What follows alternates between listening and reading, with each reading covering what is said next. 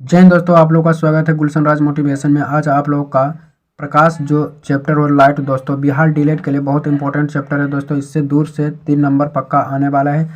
One shot revision हो जाएगा दोस्तों। आप लोग शुरू से लास्ट तक जरूर बनेंगे। 10 से 15 मिनट में पूरा लाइट का चैप्टर का निचोड़ दे देंगे दोस्तों। आप लोग शुरू से लास्ट तक बनेंगे।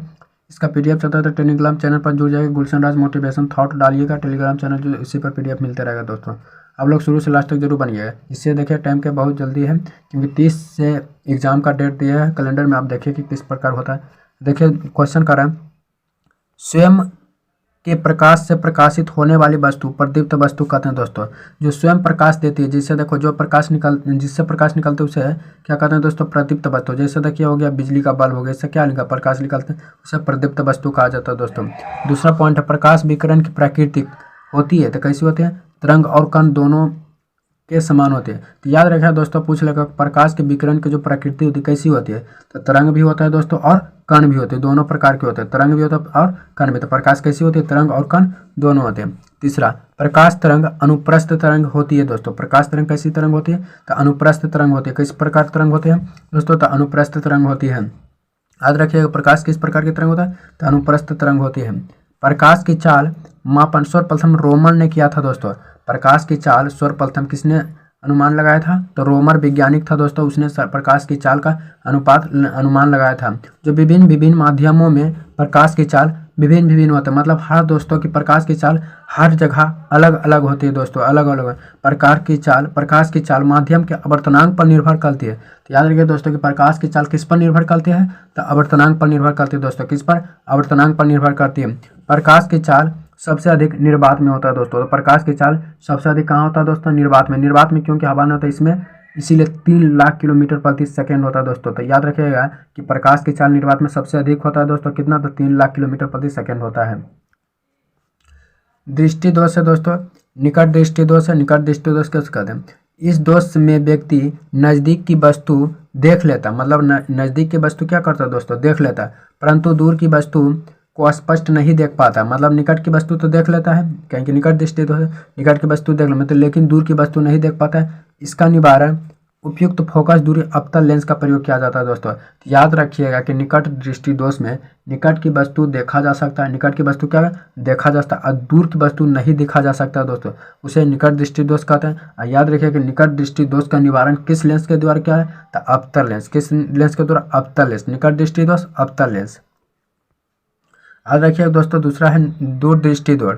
दूरदृष्टि दोष क्या कह रहा है? देखिए तो इस दोष में व्यक्ति दूर की वस्तु को देख लेता है। याद है, इसमें निकट दृष्टि दोष में निकट की वस्तु, इसमें दूर की वस्तु देख लेता है, परंतु नजदीक की वस्तु स्पष्ट रूप से नहीं देख पाता। परंतु क्या कर रहा है? जो स्पष्ट जो होता है, नजदीक की वस्तु स्पष्ट रूप से नहीं देख पाता है। इसका निवारण उपयुक्त फोकस दूरी उत्तल लेंस का प्रयोग होता है। उसका निवारण फोकस दूरी का उत्तल लेंस का निवारण होता है। तो याद रखिए कि निकट दृष्टि दोष अवतल लेंस और दूर दृष्टि दोष उत्तल लेंस दोस्तों।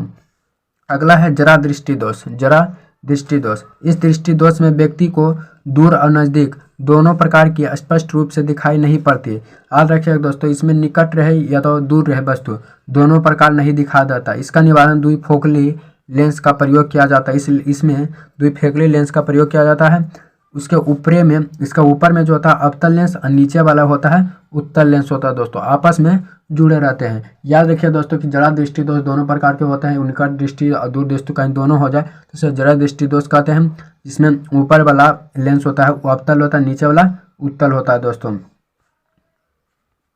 अगला है दृष्टि अबिंदुता, मतलब अबिंदुता किसे कहते हैं?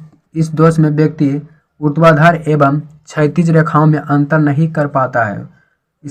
इसका निवारण बेलनाकार लेंस से होता है। तो याद रखिए दोस्तों, अबिंदुता किसे कहते हैं? इस दोष में व्यक्ति क्या करता है? ऊर्ध्वाधर मतलब खड़ा होता है, और क्षैतिज मतलब सुता हुआ होता है, में अंतर नहीं देख पाता कि कितना खड़ा करना है। इसका निवारण बेलनाकार लेंस के द्वारा किया जाता है दोस्तों। किससे? बेलनाकार लेंस के द्वारा। लेंस की क्षमता किसे कहते हैं दोस्तों? तो लेंस की क्षमता किसे कहते हैं? किसी लेंस की फोकस दूरी के व्युत्क्रम लेंस की क्षमता कहते हैं। किसी लेंस की फोकस दूरी का व्युत्क्रम लेंस की क्षमता कहलाता है। इसका ऐसा मात्रा पूछता है दोस्तों, क्या होता है? डायोप्टर होता है। तो याद रहे कि लेंस की क्षमता का ऐसा मात्रा क्या होता है? डायोप्टर।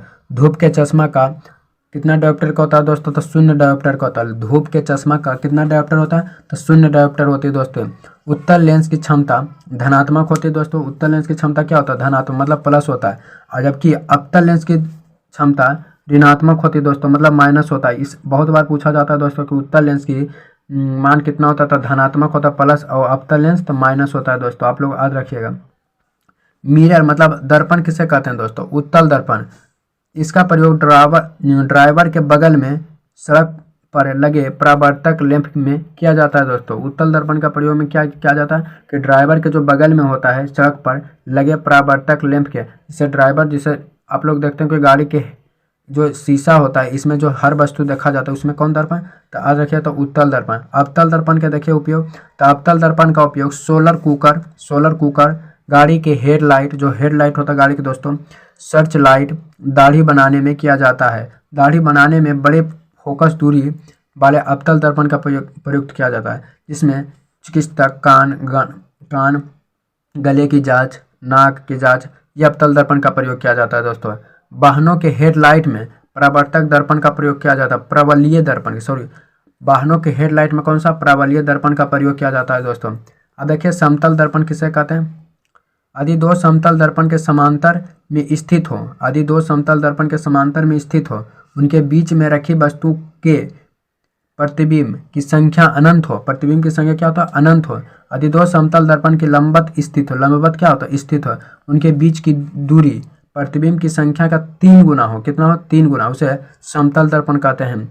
1.5 मीटर लंबे चश्मे की व्यक्ति 1.5 मीटर लंबे व्यक्ति का अपना संपूर्ण प्रतिबिंब देखने के लिए आवश्यक समतल दर्पण की कितना होना चाहिए? तब होना चाहिए 0.7 मीटर होना चाहिए दोस्तों, मतलब इसका 3 गुना।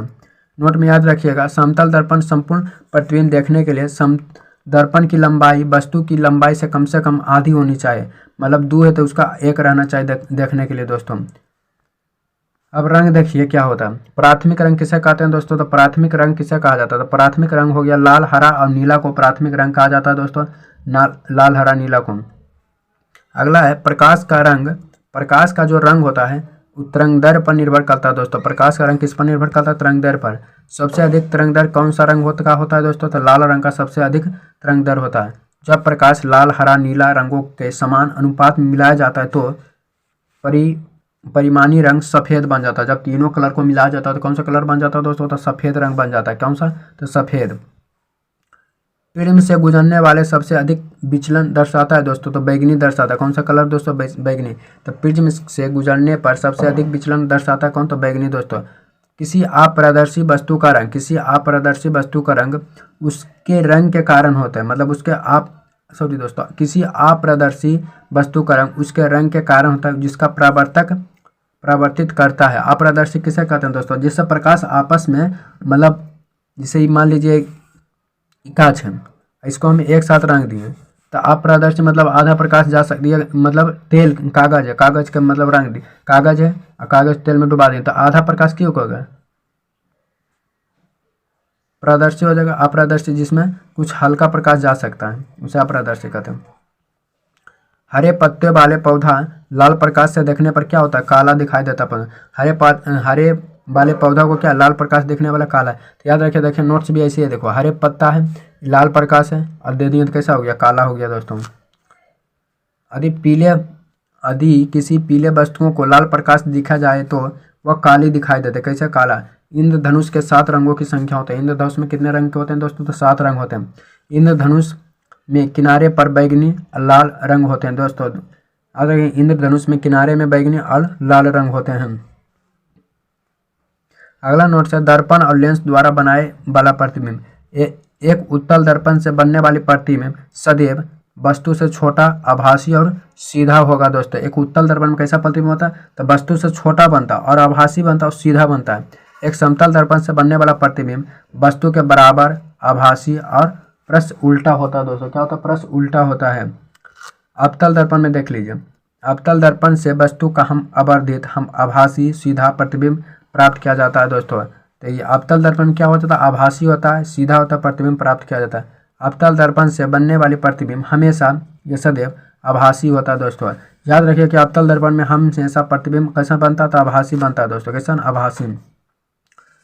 उत्तल दर्पण उत्तल लेंस द्वारा आभासी प्रतिबिंब वस्तु से स्थित में बनता है जब वस्तु प्रकाशिक केंद्र और फोकस के बीच हो। दोस्तों इंपॉर्टेंट पॉइंट्स है दोस्तों, आप लोग इसको रीड कर लीजिए। देखिए नंबर 1 क्वेश्चन है, हीरे का चमकना रेगिस्तान में मिर्चिक, ठंडे देशों में मिर्चिक पूर्ण आंतरिक परिवर्तन के कारण होता है। दोस्तों इसमें एक क्वेश्चन जरूर आता है कि हीरे का चमकना किसके कारण होता है, तो पूर्ण आंतरिक परिवर्तन। या रेगिस्तान में मिर्ची किसके कारण, तो पूर्ण आंतरिक परिवर्तन। ऑप्टिकल फाइबर का कार्य क्या होता है दोस्तों, प्रकाश के पूर्ण आंतरिक परिवर्तन का काम करता है। ऑप्टिकल फाइबर क्या करता है, प्रकाश के पूर्ण आंतरिक परिवर्तन का कार्य करता है। दोस्तों पेट से अंगों की जानकारी के लिए इंडोस्कोपी प्रयुक्त किया जाता है। दोस्तों किसको, इंडोस्कोपी, जो पूर्ण आंतरिक परिवर्तन पर कार्य करा जाता है। आसमान का नीला दिखाई देना सूर्योदय या सूर्य अस्त के समय के आसपास लाल दिखाई देते हैं, ये प्रकाश के परिकिरणन के कारण होता है। दोस्तों अंतरिक्ष से आकाश का रंग कैसा दिखाई देता है, तो काला दिखाई देता है। दोस्तों चंद्रमा से आकाश का रंग कैसा दिखाई देता है, तो काला दिखाई देता है। दोस्तों यदि पृथ्वी पर वायुमंडल नहीं होता तो आकाश का रंग कैसा दिखाई देता है, तो याद रखिए दोस्तों, जब पृथ्वी पर वायुमंडल नहीं होता तो क्या दिखाई, काला दिखाई देगा। अगला नोट है दोस्तों, जब प्रकाश एक माध्यम से दूसरे माध्यम में जाती है या तीव्रता, वेग और तरंग दर परिवर्तित हो जाती है तो उसे आवर्ती अपरिवर्तित कहते हैं। दोस्तों प्रकाश के अपवर्तन संबंधित घटनाएं जैसे हो गया दोस्तों तारों का टिमटिमाना अपरिवर्तन के कारण। जल से भरी पात्र में पड़े सिक्के का उठा हुआ, जिसे देखिए ये बाल्टी है दोस्तों, इसमें पानी दे, इसमें एगो सिक्का, तो ये क्या हुआ, उठा हुआ दिखाई पड़ता है, किसका, तो प्रकाश के अपवर्तन के कारण दिखाई पड़ता है। तीसरा नंबर क्वेश्चन है, जल से भरी पात्र में छड़ी को टेढ़ा दिखाई, मान लीजिए ये पात्र है, इसमें हमने छड़ी डाल दिया, तो हर हमेशा दिखाई देता है किसके कारण से दोस्तों, तो अपवर्तन के कारण से। जल का तालाब कम गहराई दिखाई देने के कारण क्या होता है, प्रकाश के अपवर्तन के कारण। प्रिज्म से प्रकाश विभिन्न रंगों से विभाजन, प्रकाश के अपवर्तन के कारण। मानव आंख का रेटिना पर प्रतिबिंब वास्तविक और उल्टा बनता है। दोस्तों मानव का जो आंख होता है इसमें प्रतिबिंब कैसा बनता है, वास्तविक और उल्टा बनता है। आंखों में बाहर से पड़ने वाले प्रकाश आइरिस को नियंत्रित करता है, किसको नियंत्रित करता है, आइरिस को नियंत्रित करता है। दोस्तों मनुष्य की आंख में किसी वस्तु का प्रतिबिंब जिस भाग पर बनता है उसे दृष्टिपटल कहते हैं। दोस्तों जिस भाग पर मनुष्य का आंख का प्रतिबिंब बनता है उसे क्या कहते हैं, दृष्टिपटल कहते हैं। दोस्तों अगला है प्रकाश में ध्रुवन। यह घटना सिद्ध कराता है कि प्रकाश की तरंग अनुप्रस्थ तरंग है। कैसा तरंग है, अनुप्रस्थ तरंग है। मोटर कार में हेडलाइट की चाका चोद को हटाने के लिए फ्लोराइड का प्रयोग किया जाता है। 3D फिल्म को देखने के लिए प्रयोग किए जाने वाले चश्मा पोलोराइड होते हैं। दोस्तों पोलोराइड होते हैं। अगला नोट से देखिए दोस्तों कि पृथ्वी पर दूरस्थ वस्तुओं को देखने के लिए पार्थिक दूरदर्शी का प्रयोग किया जाता है। दोस्तों प्रकाश के किसी अवरोध को किनारे पर मोड़ने के लिए प्रकाश का विवर्तन कहा जाता है। पनडुब्बी के अंदर बाहर की वस्तुओं को देखने के लिए पेरिस्कोप का प्रयोग किया जाता है। दोस्तों क्योंकि वीडियो बहुत लंबा नहीं हुआ, 13 मिनट में हुआ दोस्तों, इसमें बिहार डीलेड या बिहार बीएड के लिए बहुत इंपॉर्टेंट होगा। दोस्तों इसी चैनल पर बिहार बीएड के लिए महत्वपूर्ण क्वेश्चन करवा दिए दोस्तों, 100 को फिजिक्स, केमिस्ट्री, बायोलॉजी और भी इसी चैनल पर मिलते रहेगा। दोस्तों आप लोग दिन का शुभ हो।